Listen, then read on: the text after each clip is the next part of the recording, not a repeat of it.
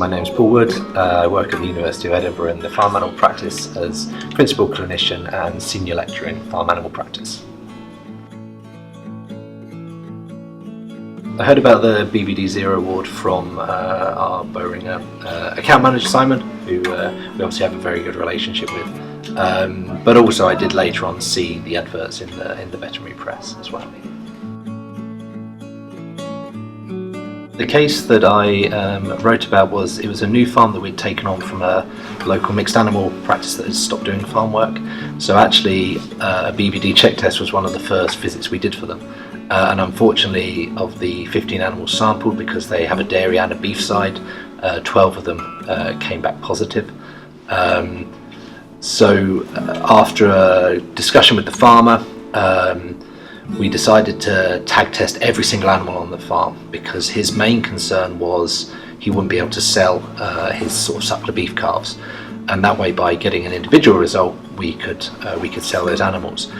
After doing that, we identified some PIs, which we then eliminated, and we started to tag test every single calf that was born. The only thing we could link the BVD breakdown to was a neighbouring farm had run some cattle past the field he was grazing pregnant heifers in. And that is the only point of contact we think that the BVD could have entered the herd.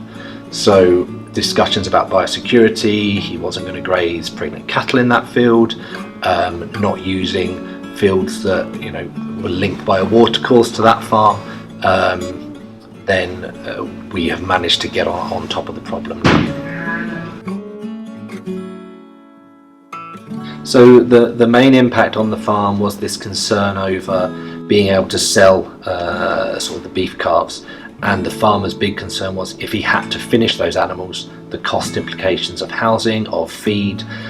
So getting the individual results sort of got us over that hurdle. But I think the sort of emotional problem for the farm was he was quite proud of having a negative status. So by turning into a not negative status, he wanted to retain that or get it back as quickly as he could, which is why he was very receptive to my suggestions, and I don't think I would have had as much success if the farm hadn't been as receptive. Well, I think depending on if my wife has already spent or earmarked the money for anything, we'll probably use it. We've got a couple of weddings this summer overseas, so it'll probably be used to turn those into a family holiday with our newborn baby.